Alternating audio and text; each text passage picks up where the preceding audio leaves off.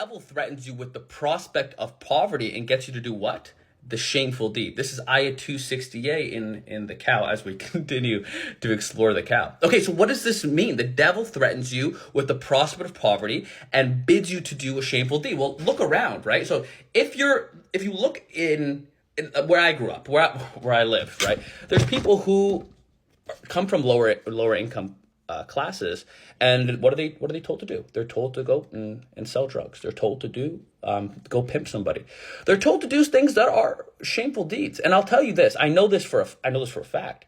Is I had a friend growing up, and he was a gambling addict. And then he ended up working at a strip club, a manager at a strip club. And you could see his life tumble downhill. Now, if you can take that person and imagine him as a kid, as a child, you never thought that he would be being a gambling addict, ended up becoming a manager in a strip club, seeing a whole bunch of wild things that he shouldn't see. And now that he got out of that, he's like, I remember telling him when he was doing that, I said, hey man, like, be careful of your soul, because you will corrupt your soul doing those things. This is obviously before I read the Quran or anything like that. The devil will threaten you the devil will threaten you through fear, through shame, through telling you, hey, if you don't do this, you're going to be poor. If you don't do this, you're going to fail. If you don't do this, this is going to turn out. It's fear that controls you. And the way I look at it is fear itself is an actual disease of the heart.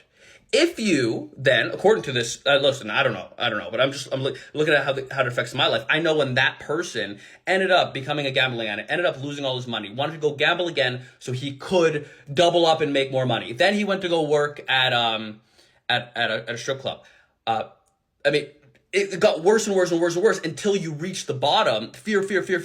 The fear made him do worse things until he was so corrupted that he needed to get out of there because he was working the night shifts. It was turning his life upside down. But the devil told him, hey, you need to do this now. You need to do this now. And it destroyed his soul. The soul, the way I personally, the way I look at the soul, is your body is a vessel. You have a physical body, and then there's consciousness that lives inside of you. Now that consciousness can be affected through negativity and through positivity, and it's almost like your center, and then you're being pulled in different directions. And what's going to happen is you're going to have whispers in your ear. Well, I should do this. I should sell these drugs because it's not that big of a deal. I don't want to be poor.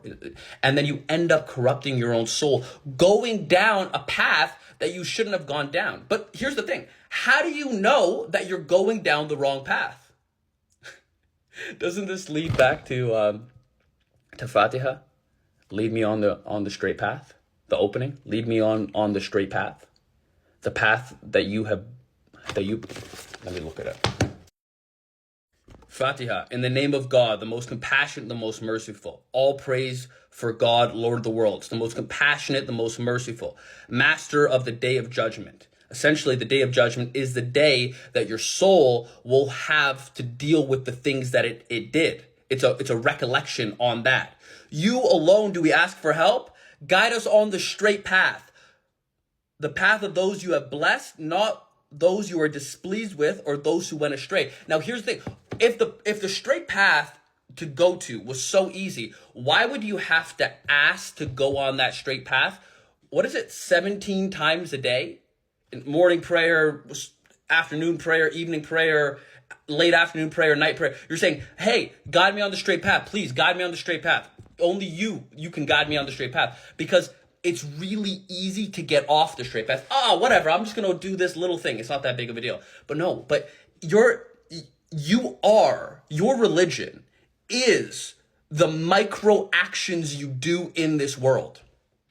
It's hard to think, right? Because every little thing you do is part of your religion, whether you like it or not. This is why people say, I don't have a religion. Of course you have a religion. You just don't know what your religion is. This is why, for example, maybe some atheists will get mad at me. I don't believe in atheists. I don't believe they exist.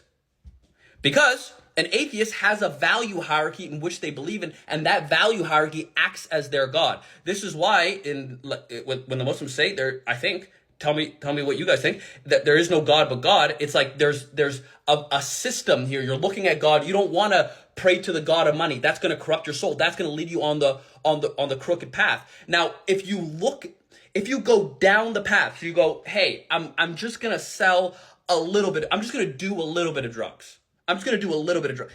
It's not that big deal. I'm just going to do a little bit of drugs. Okay, where does that path lead to? There's some people who can drink a little bit of alcohol and they don't become alcohol addicts. There's some people who can do a little bit of gambling and they don't become gambling addicts. But I know some people who has done some gambling, got cross-eyed. I know some people who have drank, got cross-eyed from drinking. Really cross-eyed. They can't see straight. Legitimately, we call them cross-eyed. They cannot see straight because of the things that they're doing. It's like the devil has you can call the devil, or you can call it like a negative vibration that has tinted their eyes so they cannot see what they're doing. They can't see what they're doing. So if the devil is telling you, hey, if you don't do this, you're going to be poor. What is that? That's fear. That's fear manifested in your heart.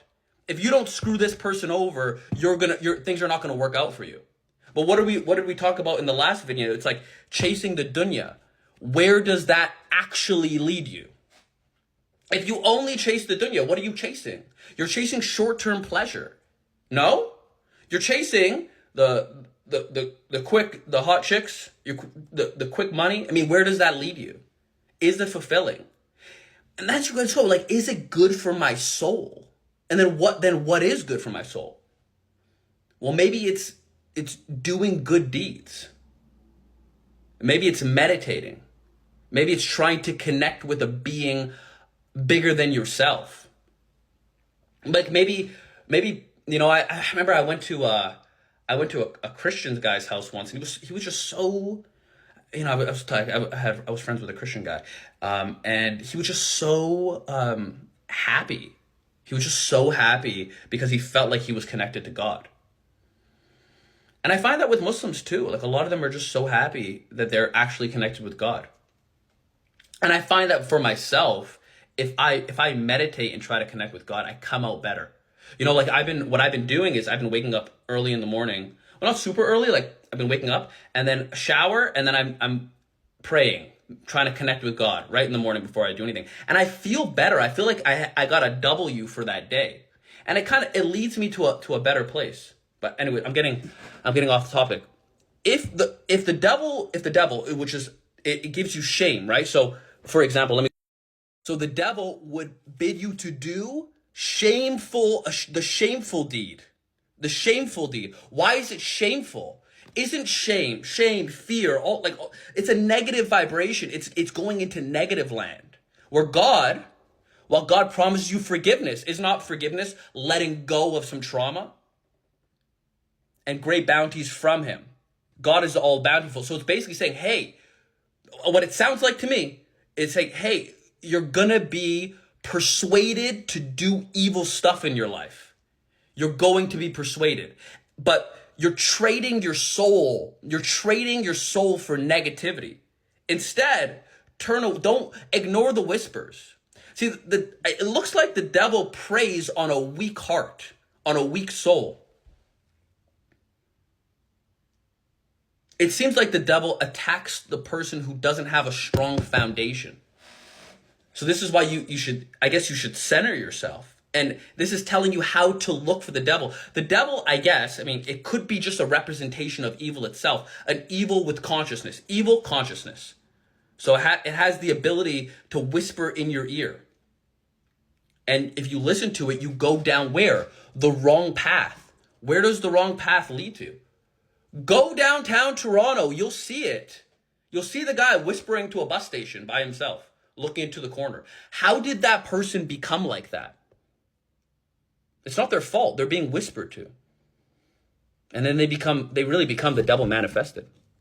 And you could see it through the negativity. You can see it through the shame, the fear, the doubt. Fear is a disease. It's a disease of the devil. Thanks for listening.